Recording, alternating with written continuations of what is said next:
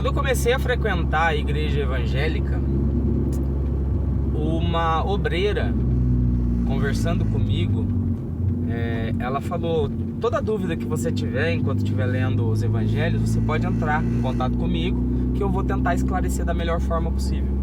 Aí eu estava lendo a passagem do trigo e do joio. E quando eu li da primeira vez, eu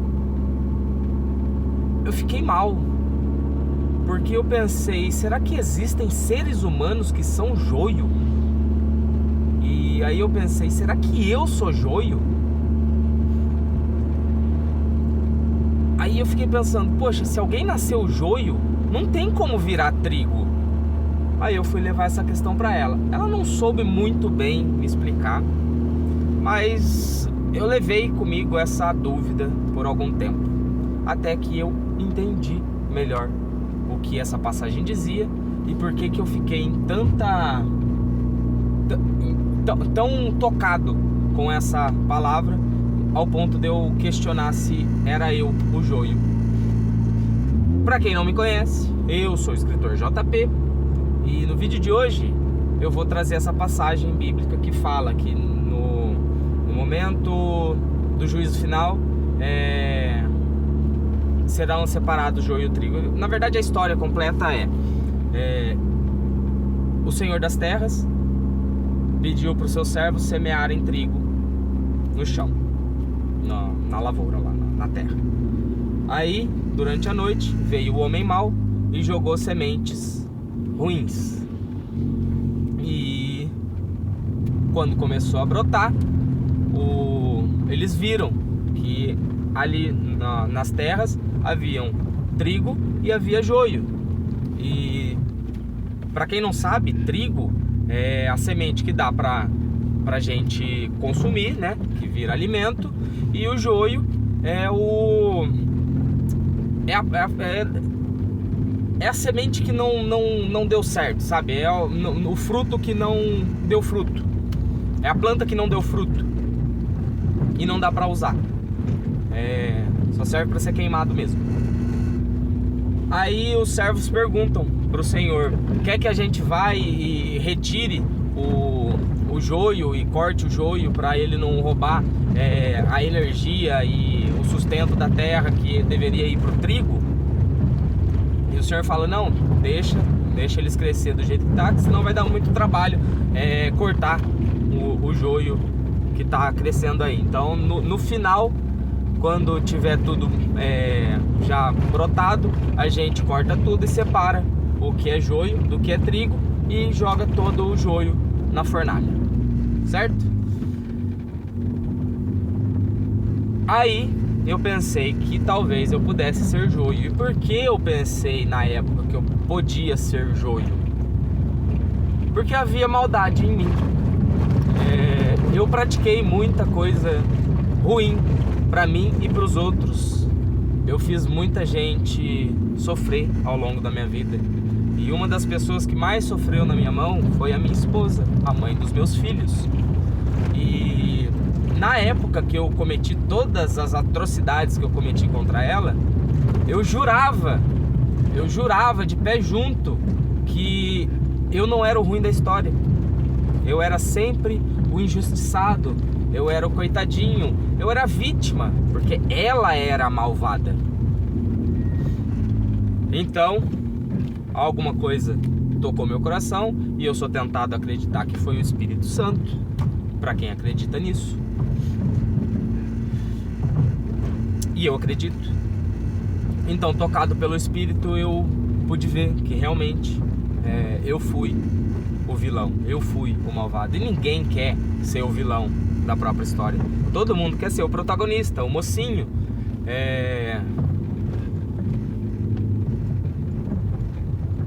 E quando eu tive essa percepção de que sim, eu estava sendo ruim, eu estava sendo péssimo, um ser humano da pior categoria, e eu vivia basicamente com seja feita a minha vontade e dane-se todo mundo, se haverá sangue pelo caminho, que não seja o meu. Só que em essência eu não queria isso, porque em essência isso me corroía. Toda a maldade que eu praticava, ainda que inconscientemente, me corroía por dentro. E eu me punia por isso. Eu me punia pela maldade que eu praticava, pelo sofrimento que eu causava. E eu causei sofrimento para muitas pessoas. Eu era... Como fala? Me falaram isso, que é... Ai, fugiu a palavra, mas um dia eu lembro. Eu não tinha respeito pela emoção de ninguém. Tipo, como eu amei uma pessoa por um tempo e eu não fui correspondido, então eu passei a usar do amor de qualquer pessoa. Por exemplo, eu sabia que alguém gostava de mim, eu me aproveitava desse gostar dessa pessoa, por mais que eu não gostasse, eu me esforçava para gostar dessa pessoa. E algumas vezes era impossível, não casava, não dava certo, a química não batia. E com a mãe dos meus filhos aconteceu isso. Eu achava que a química não batia. Em algumas coisas era ótimo, mas na maioria das vezes ela me colocava contra a parede, porque ela tinha uma maturidade que eu não tinha. E ela tem, até hoje, uma maturidade que eu não tenho. Ela lida com as emoções dela de uma forma que eu ainda não alcancei. E muitas das vezes, isso faz o menino assustado que habita dentro de mim tomar o controle. E ele quer que seja feita a vontade dele. Isso é o ego. Isso é aquela coisa que a gente fala, que alguns espirituais falam que a gente tem que eliminar. E eu não acho que seja bem assim, porque tem também algumas vertentes que falam que o ego nada mais é do que a sombra. Nós temos a sombra dentro da gente. E a gente entender e compreender para que serve essa sombra e por que ela existe, e integrar ela com a nossa luz, é muito melhor do que você tentar eliminar e resistir ao ego. Eu não sei se eu consegui me fazer compreender nesse vídeo. Eu acho que foi um dos mais travados que eu fiz até hoje. Mas concluindo toda essa ópera, e eu usei essa expressão de novo. No vídeo passado eu usei a mesma expressão. Resumindo essa ópera toda, a gente compreender que... Peraí, deixa eu lembrar um negocinho aqui. Retomando, a gente compreendendo que o joio e o trigo tem a ver com as sementes que são lançadas no nosso solo fértil. Nós somos um solo fértil, nossa mente é um solo fértil. Toda maldade que foi lançada contra você, você pode deixar germinar no seu solo, ou você pode eliminá-la. Eu acho que é uma bênção a gente poder compreender, diferenciar, né, o bem do mal. É importante, é uma forma da gente lidar com as coisas do mundo, porque nem sempre vai dar certo a gente entregar bênçãos para quem só nos entrega maldição. Aí a gente pode deixar germinar um joiozinho ali. Não indico, na verdade é melhor se afastar de quem tenta fazer o mal para você, mas basicamente o joio e o trigo que está brotando aí dentro de você não é quem você é. Você é um solo fértil, entenda isso. Você é o solo fértil onde essas sementes foram jogadas. Nessa parábola é isso. Você é o solo fértil, você é a mente, a sua mente é o solo fértil. E todas essas sementes que são jogadas em você, tem a do bem e tem a do mal. Tem a que vai dar que vai dar trigo e tem a que vai ser joio. E você só precisa decidir o que você vai cultivar mais.